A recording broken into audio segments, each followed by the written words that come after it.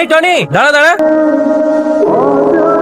এই তুই কোথায় গেছিলি রে? তোকে আমি কখন থেকে খুঁজছি। কেন, কি হয়েছে? তোর সাথে আমার একটা ইম্পর্টেন্ট কথা আছে। কি এমন কথা বলতো শুনি। আমার সালমার ব্যাপারটা না আব্বা জেনে গেছে, আর আব্বা এটাও বলিছে সালমার সাথে আমার কোনোদিন বিয়ে দেবে না। তাহলে এখন কি হবে? আরে ওটার জন্যই তো তোকে বলছি, প্লিজ ভাই আজ রাতের মধ্যে সালমার সঙ্গে দেখা করে দে না ভাই, প্লিজ ভাই প্লিজ। আমি এসবের মধ্যে নাই। আর তোর সাথে সালমা দেখা করে দিয়েছিলাম বলে তোর আব্বা আমাকে অনেক কিছু বলেছে। আমি এসব আর করতে পারবো না। তুই শুধু আজকের মতো ওকে নিয়ে আয়, আমি ওখানে সবকিছু বলে ওখানে সব সম্পর্ক শেষ করতে চাই। আমি জানি তুই পারবি, কিন্তু আমার এই শেষবারের মতো উপকারটা করে দে না ভাই।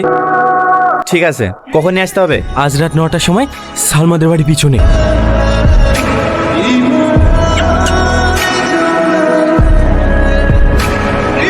টনি, আর কতক্ষণ দাঁড়িয়ে থাকবো?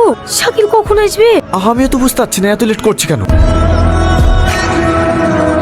ওই দিক দিয়ে কেউ আসছে মনে হয়, লুকিয়ে পড়ো।